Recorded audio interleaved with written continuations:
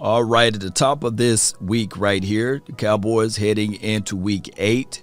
One can argue that the Cowboys won this bye week, by the way. The Washington team lost to the Packers, as well as the Eagles lost to the Raiders. And the Giants, they beat a team that we already beaten. And then on top of that, we already beaten the Giants. So nobody made any ground so far. The Cowboys 5-1. Leading the NFC East. So shout out to the Cowboys for right now. Let's give a round of applause for the Cowboys. Now, this week heading into the Vikings week, of course, it's an away game, and the Cowboys must stay focused and get everything in the right order, right? Now, the Vikings, surprisingly, they're ranked 4th overall in defense. Now, that number could be obscured a little bit. Remember, at one point in time, the Cowboys played against the number 1 defense and number 2 defense, respectfully. And, of course, we've seen how that happened.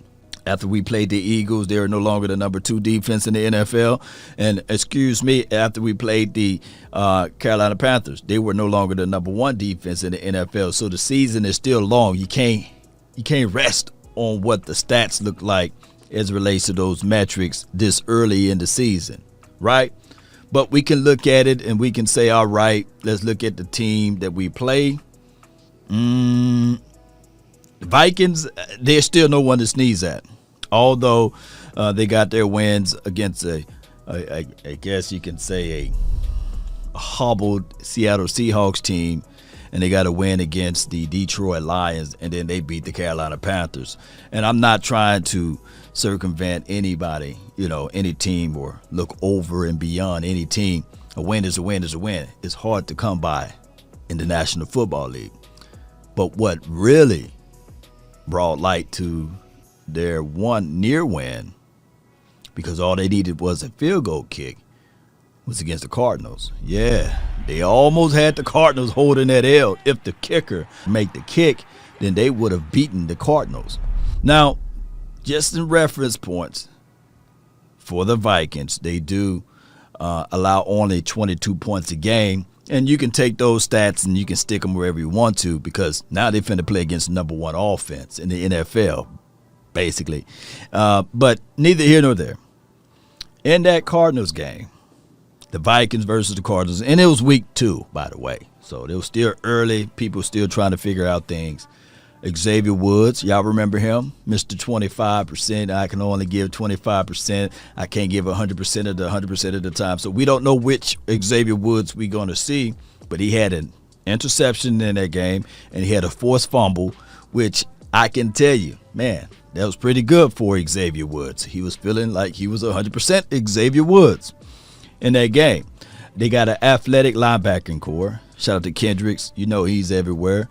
And the defensive edge rusher, number 99, Hunter. He's the guy that you have to pay close attention to, especially on their front 4.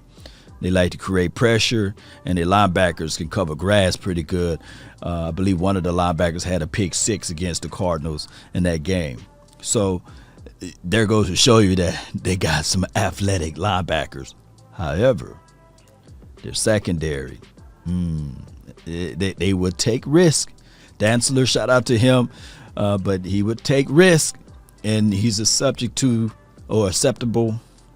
to the double moves. He will bite on that double move, and I believe that Dak Prescott, he can roll out and find the open receivers down the field. But this will be a big game for the tight ends, by the way. Big game for the tight ends. Now, as far as rushing the rock against the number 4 defense in the NFL right now, I believe you will be able to run the rock, but you have to show it as a balanced approach. If they know that you're trying to run, then the defensive coordinator will stack the box, and his athletic linebackers can get to the edges. So those are things that we have to take account for, Cowboy Nation. Objectively speaking, by the way, this team that we play against, the Vikings, still got Kirk Cousins, right? And he was given the opportunity twice. And I know the Cardinals have been many weeks ago to win that game. And he was not able to do it. He was not able to do it. So I believe that Kirk Cousins still exists, especially when the lights are bright. When it's time for him to deliver, he will find a way to spoil the game for the Vikings. He'll find a way to give it to us, But neither here nor there. Neither here nor there. Kirk Cousins is a guy that when he's hot, he's hot. When he's cold, he's cold. He's a volatile type of quarterback. So you got to create that pressure, move him off his marker. And Kirk, in a pinch, he can run a little bit. He will run, so you got to keep an eye out for that. Now, they do have Jefferson. Everybody know that CeeDee Lamb versus Jefferson conversation will be mentioned again, right? And CeeDee Lamb, I know, he felt as if Dak Prescott were able to play last year, those two, man, Jefferson would be an afterthought, right? So far in that battleship, in that type of mindset, Jefferson, he's pretty much got the leg up on my dog CeeDee Lamb as it relates to yards. And that's because basically they don't have the array of weapons that the Cowboys exhibits, right? So Jefferson got 41 catches for 542 yards and 3 tubs, right? But my dog, CeeDee Lamb, 33 reception for 497 yards and 4 tubs. So Lamb got more tubs, right? Tubs, baby, tubs. And the battleship between Ezekiel Elliott and Cooks. Dalvin Cook. Cook got 80 carries for 366 yards and 2 tubs. And Ezekiel, who's doing split duty, by the way, got 102 carries, right, for 521 yards and 5 touchdowns. Ezekiel Elliott, he's been doing his thing. And, of course, Dak Prescott, 1,813 yards with 16 touchdowns. Supposed to have 2 more rushing touchdowns added into that fray, but we're not counting the ones that the aficionados took away, but that's okay. And 4 interceptions. 16 touchdowns to 4 interceptions. That's not a bad ratio, Cowboy Nation. And Kirk Cousins, 1,769 yards and 13 tubs with 2 interceptions. By far, this is Kirk Cousins' most efficient year so far. Shout out to Kirk Cousins. So here's the thing. The level of competition, even when they did play the Detroit Lions, it was a struggle fest for them to beat the Detroit Lions. And I'm not sitting here saying that, hey, you should just blow through all of the sus teams. No. I'm just calling a spade a spade. Now, it was a struggle for them to beat. It was a struggle. It was a struggle for them to beat the Carolina Panthers as well. Now, of course, since the Cowboys beat the Carolina Panthers, they haven't won a game. And I blame us for that, right? We pretty much bruised that cat so bad that he can't put up a fight for anyone else. That's why the Eagles got him. That's why, the Vikings got him. And that's why also, the Giants got him. And there was another team in between. But you guys get what I'm saying, right? The Cowboys, boy, after you play us, it's a struggle fest the next week because I believe we're so physical. Now, Dak Prescott and company, all this week we will hear storylines and news lines about the calf, and I believe updates will really hit on Wednesday and Thursday. The good thing is this game versus the Vikings, this will be a late game, so we get a chance to see how everybody played throughout the course of that day, and then they will sit back and watch the Dallas Cowboys do their thing at 7:20 p.m. Central Standard Time, Texas time for your mind.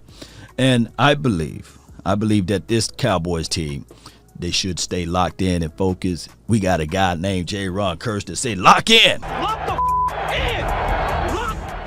in. Lock in. You stay locked in, basically. And he used to play for the Vikings. Oh, excuse me. We got a guy named George Edwards, okay? And so I'm quite sure that he knows the personnel, right? And that is what we're going to see out there. Cowboy Nation, the Dallas Cowboys versus the Minnesota Vikings game always one of those games that we amped up and ready to see. And I can't wait to see it, Cowboy Nation. The week, this is a long week. This is Monday. Normally this would be our Victory Monday. We can still say it's Victory Monday, by the way, because like I said in the opening statement, the Eagles and the Washington team lost, so there was no ground to make up on, and everybody in this particular conference or in this particular division is looking up to the Cowboys. Now, we still got a lot of football left, and nobody win the Super Bowl in October, right?